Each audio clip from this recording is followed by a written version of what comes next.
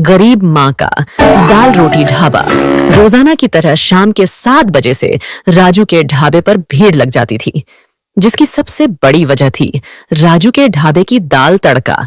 उसके ढाबे पर दाल खाने और पैक करवाने के लिए लाइनें लग जाती थीं। ये दाल सिर्फ एक व्यंजन नहीं था, ये राजू की माँ के प्यार का एक हिस्सा है, जिस माँ को राजू 2 साल पहले खो चुका है।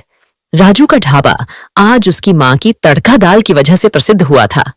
विमला ने अपने बेटे को दाल तड़का का वो हुनर सिखा दिया, जिससे आज राजू का ढाबा बहुत ही ज्यादा फेमस हो चुका था। पति के जाने के बाद राजू की माँ विमला घरों में खाना बनाने का काम करने लगी। धीरे धीरे राजू बड़ा हुआ। राजू की माँ विमला गांव के सेठ के घर में खाना बनाने का काम करके पैसे जोड़ जोड़ कर उसको पढ़ाती लिखती रही। विमला ने कभी भी अपने ऊपर ध्यान नहीं दिया। वो तो बस यही चाहती थी कि उसका बेटा राजू पढ़ लिख कर अपने पैरों पर खड़ा हो जाए। कभी अपने ऊपर भी ध्यान दे दिया कर। तेरी साड़ी कितनी फटी हुई है। इस महीने की पगार दूंगी तो तू अपने लिए एक साड़ी खरीद लेना। इस महीने तो बहुत मुश्किल हो जाएगा। राजू के कॉलेज की फीस भरनी है। मैं आपसे कुछ एडवांस के रुपए भी मांगने वाली थी। अगर आप मुझे 2000 और एडवांस दे देती तो बड़ी मेहरबानी होगी। विमला, वो बात तो ठीक है, मैं दे दूंगी, पर तुझे थोड़ा बहुत अपने लिए भी तो रखना चाहिए। कल का क्या भरोसा, बहू आने के बाद बेटा तुझे भूल जाए और शहर में ही बस जाए। सेठानी जी, मेरा बेटा ऐसा नहीं है, देखना अच्छी नौकरी मिलते ही वो मुझे शहर ले जाएगा। मैं तो ऐसा ही चाहती हूँ। तो उन्हें गरीबी में पैसे जोड़ जोड़ कर अपने बेटे को पढ़ा लिखा ही दिया। अच्छा सुन, ये साड़ियाँ लेती जा, तेरी साड़ी बहुत फट गई है। मैं तो अब ये साड़ी पहनती नहीं हूँ, तेरे काम आ जाएगी। शुक्रिया सेठानी। और फिर राजू शहर में ही पढ़ाई पूरी करके नौकरी करने लगता है। कुछ दिनों तक तो राजू सेठानी के घर जब विमला काम पर होती थी तो सेठानी के मोबाइल फोन पर विमला से बात कर लेता था। पर कुछ समय बाद किरे विमला, कभी अपने ऊपर भी ध्यान दे दिया कर। तेरी साड़ी कितनी फटी हुई है। इस महीने की पगार दूंगी तो तू अपने लिए एक साड़ी खरीद लेना।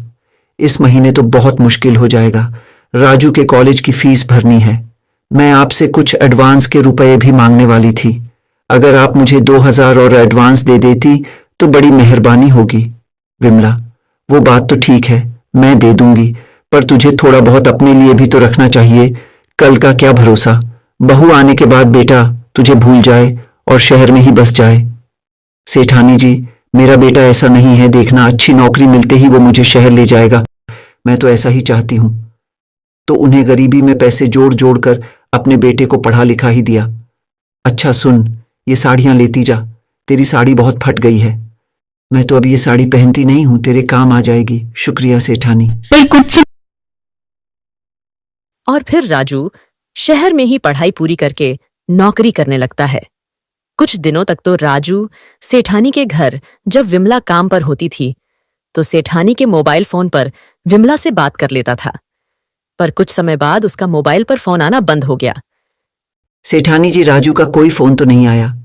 बड़े दिन हो गए, उससे बात नहीं हुई। नहीं विमला, अगर कोई फोन आता तो मैं तुझे बता ही देती। अच्छा, नंबर तो मेरे मोबाइल पर है उसका। तू कहे तो मिलाकर देखूं। हाँ हाँ, मिलाकर देख लो उसे। सेठानी जी, बड़ी चिंता हो रही है। पता नहीं राजू किस हाल में है। ठीक है, मैं मिलाती हूँ। सेठानी उस नंबर पर फोन मिलाती है जिस नंबर से राजू फोन किया करता था, पर फोन नंबर स्विच ऑफ आ रहा था। अगले कई दिनों तक विमला सेठानी के फोन से उस नंबर पर फोन करवाती रही, पर अक्सर ही वो नंबर स्विच ऑफ आता था। फिर एक दिन किसी लड़की ने उस पर फोन उठाया। हेलो, कौन बोल रहा है? मुझे राजू से बात करनी है। जी, मैं राजू की पत्नी ममता बोल रही हूँ। राजू अभी घर पर नहीं है, वो ऑफिस गए हैं। राजू की पत्नी, राजू ने शादी कर ली? जी, 3 महीने पहले ही हमारी शादी हुई है। वैसे आप कौन बोल रही हैं रोशन से? आपको कोई काम है तो मुझे बता दीजिए। राजू की माँ उससे बात करना चाहती है। वो मेरे घर पर काम करती है, राजू जानता है मुझे। हेलो, हेलो, मुझे आपकी आवाज नहीं आ रही। Hello, hello. अरे, लगता है फोन कट गया। राजू ने शादी कर ली और मुझे बताया नहीं।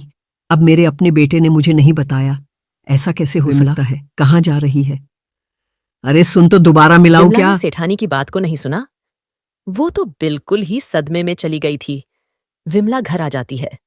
अब उसका किसी भी काम में मन नहीं लगता था। सेठानी के घर भी विमला ने आना जाना बंद कर दिया। वो अपने आप को कमरे में बंद रखती थी।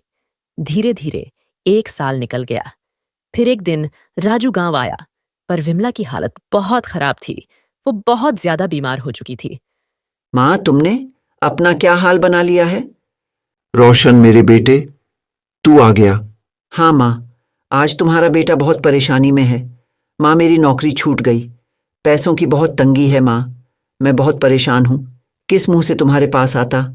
मैंने भी तो गलतियाँ की हैं। बिना तुम्हें बताए शादी कर ली और उसके बाद अपने काम में व्यस्त हो गया। तुमसे मिलने की कोशिश भी नहीं की माँ, पर आज परेशानी के वक्त में मुझे तुम्हारा सहारा चाहिए। माँ वही गोद चाहिए, माँ वही माँ चाहिए। माँ, मैं हार रहा हूँ। राजू मेरे बच्चे, चिंता मत कर, सब ठीक हो जाएगा। मेरी दुआएं तेरे साथ हैं। राजू अपनी माँ की गोद में सिर रखकर बहुत रोता है। विमला भी अपने बेटे को अपनी छाती से लगा लेती है। अगले दिन राजू माँ को लेकर शहर आ जाता है। शहर में राजू के हालात बहुत खराब थी, पर अपनी माँ के हाथों का खाना इतने दिनों बाद खाकर आज रोशन बहुत खुश था। माँ जी, मैं इस माँ के प्यार को अपने से अलग कर चुकी थी। मुझे माफ कर दो माँ जी। अरे बहू, मैंने तो किसी भी बात का बुरा नहीं माना। राजू बेटा, अगर तुझे मेरे हाथ की दाल इतनी पसंद है तो और लोगों को भी पसंद आएगी। तू काम के लिए परेशान भी है तो क्यों ना तू अपना ढाबा खोल ले। तुझे काम भी मिल जाएगा और अच्छी कमाई भी होगी। माँ, वो तो ठीक है, पर मेरे पास अभी इतने पैसे नहीं है कि मैं अपना ढाबा खोल सकूं। राजू बेटा, मेरे पास कुछ पैसे जुड़े हुए सेठारी जी के घर काम छोड़ने के बाद जो पैसे बने थे वो मैंने जोड़कर रखे थे कि कभी बहू से मिलूंगी तो दूंगी। आज वह पैसे तुम्हारे ढाबे खोलने के काम आ जाएंगे। राजू और ममता की आंखें आंसुओं से भर आती हैं। वो चाहकर भी विमला के एहसानों को नहीं चुका सकते थे। विमला ने अपना पूरा जीवन अपने बच्चों के लिए जोड़ने में निकाल दिया। राजू ढाबा खोलने की तैयारी कर ही रहा था कि तभी बीच में विमला की तबीयत खराब हो गई और फिर एक रात अन्नपूर्णा सोई तो दोबारा कभी नहीं उठी। अन्नपूर्णा के दिए हुए पैसों से ही रोशन अपनी माँ की याद में अन्नपूर्णा भोजनालय की शुरुआत करता।